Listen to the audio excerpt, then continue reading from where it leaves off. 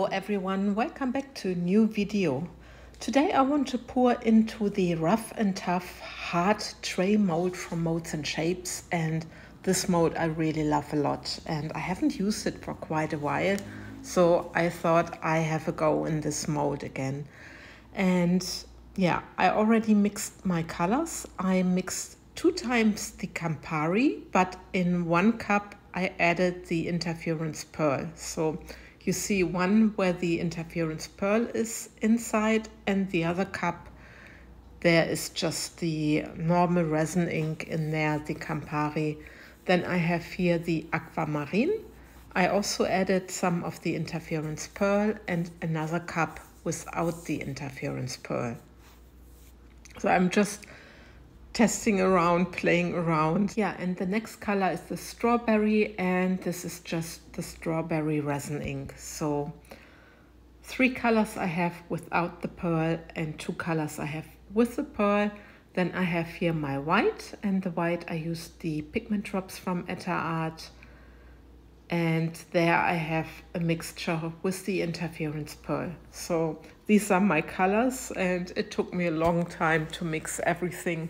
So I thought this time I don't show you, because sometimes it takes ages and I don't want you to bore you. I don't want to bore you with mixing my colors, but anyway. So I have here my aquamarine and I have my Campari. I sometimes need to really think about all the color names. It's sometimes a little bit confusing. And you see, I'm just puddling them into another cup. So I want to have a sort of dirty pour. And here are my colors now layered, and I really like it how they are layered there. It's very beautiful.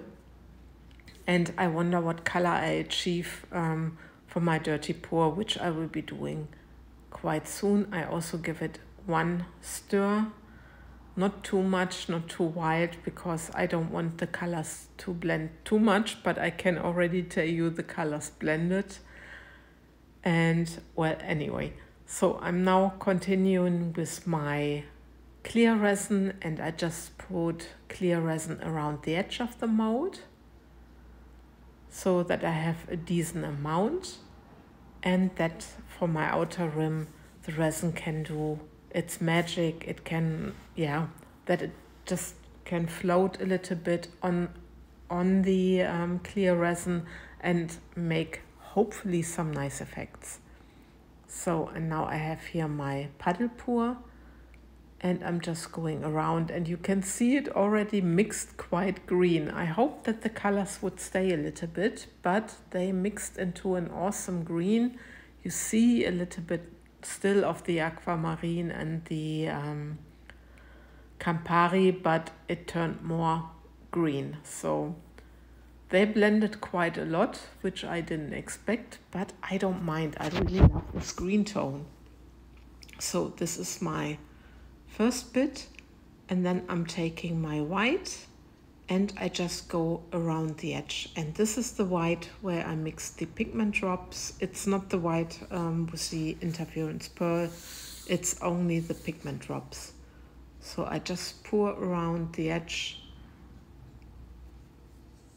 till my white is completely off.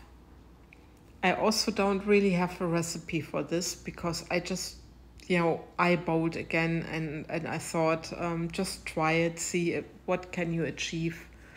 And what I've done here, I started, I think, a little bit too late with layering my other colors, because now there are the resin inks where there's no interference pearl in there. They are just plain resin inks. So I have the strawberry, then I have here the Campari, the aquamarine, and I'm just altering those colors. So again, in the same row, first strawberry, then Campari, then aquamarine, until my cups are completely empty. I'm not quite sure how much this mold can hold. I think it's 550 grams, something like this. I think so. I think I mixed around about 550 grams. And now I give it also a little stir, and I just pour my transparent resin mixture, my dirty pour, into the center of the mold. And I hope that my other colors which I poured before were not already sinking, so that I could still push them and that I have these different effects in the center of the heart and on the edges. And now I'm taking my pearl, my interference pearl, and I just pour it into the center and I let it spread. I could go like in circles or whatsoever, because then I would have not have a little circle in my center for my final result. You will see it later. When you just drizzle your pearl in there, you don't have this, but then the crackle effect is different. I like the crackle effect in this technique when it spreads from the center in very long, like flower petals, or I don't know how to call it, to the edges. And I think it's very beautiful, and it's my personal preferences. And now I just use the rest, which I still had from my resin inks, and I just add them into the center. I don't know if it made sense, but I thought I still have room in my mold and just do it. So this is what you are doing when you are just playing around a little bit and wanting to see, are there changes, are there not changes? So it's always funny. And now you can see the time lapse, how the resin is moving, and this I always adore, watching the resin do its pattern. But of course you don't know how it's looking on the other side. So this is after I stopped my time lapse. I had my time lapse on for around about 40 minutes. And for this pour, I think I didn't tell you, I used the Ultracast resin, because it has a long working time. It's a medium viscosity resin and I can achieve beautiful effects. So demolding time, and I'm very curious. I wonder what I achieved. So yeah, let's have a look. And just voila, na, voila. And look at these. Okay, you cannot see really the yellow and the aquamarine outside, but I love that green it created. It's like, we call it a lint green, lintgrün. I don't know how the English word is.